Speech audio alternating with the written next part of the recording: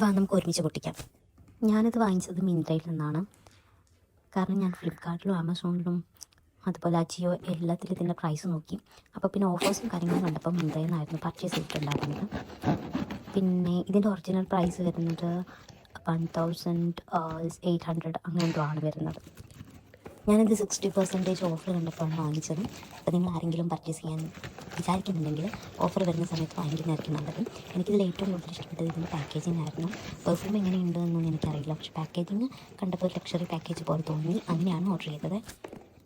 പിന്നെ ഇതിൽ പ്രത്യേകം മെൻഷൻ ചെയ്തിട്ടുണ്ട് പെർഫ്യൂം ഫോർ മെൻ.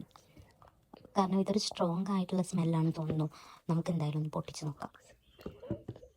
അത്യാവശ്യം നല്ല രീതിക്കുള്ള പാക്കേജിങ്ങും കാര്യങ്ങളൊക്കെ ആയിരുന്നു കേട്ടോ.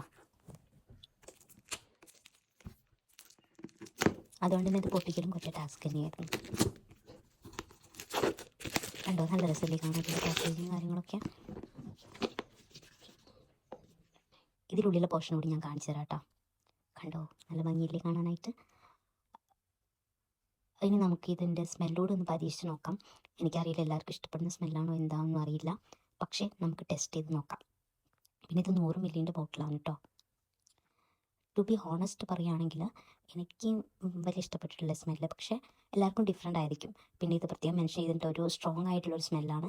അപ്പം ബോയ്സിന് എല്ലാവർക്കും പറ്റിയ അടിപൊളി പെർഫ്യൂം തന്നെയായിരിക്കും. അപ്പോൾ ഇത്രയോടെ ടാറ്റാ.